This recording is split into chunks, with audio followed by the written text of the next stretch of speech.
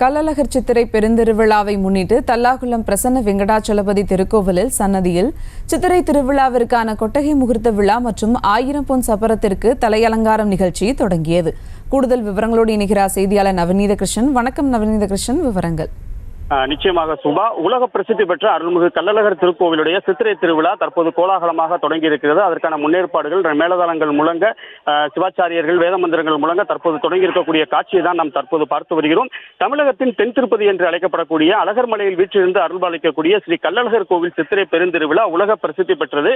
அதன் அடிப்படையில் இன்று மதுரை தல்லாகுளம் பகுதியில் இருக்கக்கூடிய பிரசன்ன வெங்கடாஜலபதி திருக்கோவிலில் காலை சித்திரை திருவிழாவுடைய கொட்டகை முகூர்த்தம் மற்றும் 1000 பொன் சப்பரத்திற்குரிய தலையலங்கார நிகழ்ச்சி நடைபெற்றது. இதில் கோவில் நிர்வாகிகள் மற்றும் முக்கியஸ்தர்கள் கலந்து கொண்ட நிலையிலே சிறப்பு பூஜைகளுக்கு பிறகு அந்த முகூர்த்த காலானது கோவில் வளாகத்தில் மற்றும் கோவிலிலே முன்புறம் பகுதியிலே நடப்பட்ட நிகழ்வை நம்மால் பார்க்க முடிகிறது. அதனைத் தொடர்ந்து இன்று பிற்பகல் 2 மணிக்கு மேல் தேனூர் மண்டபத்திலே மீனாட்சி அம்மன் கோவில் மற்றும் அழகர் கோவிலிலிருந்து சைவ வைணவ மதத்தை ஒன்றிணைக்கும் வண்ணமாக நடைபெறக்கூடிய இந்த சித்திரை திருவிழாவுடைய பந்தல்கால் நடக்கூடிய நிகழ்வும் அங்கு நடைபெறவிருப்பது குறிப்பிடத்தக்கது. மொத்தத்தில் பிறக்கவிருக்கும் சித்திரை உலகமே எதிர்பார்த்துக் கொண்டிருக்கக்கூடிய இந்த சித்திரை திருவிழாவுக்கான முன்னேற்பாடுகள் தற்போது நடைபெற்றிருப்பது குறிப்பிடத்தக்கது. சுபா,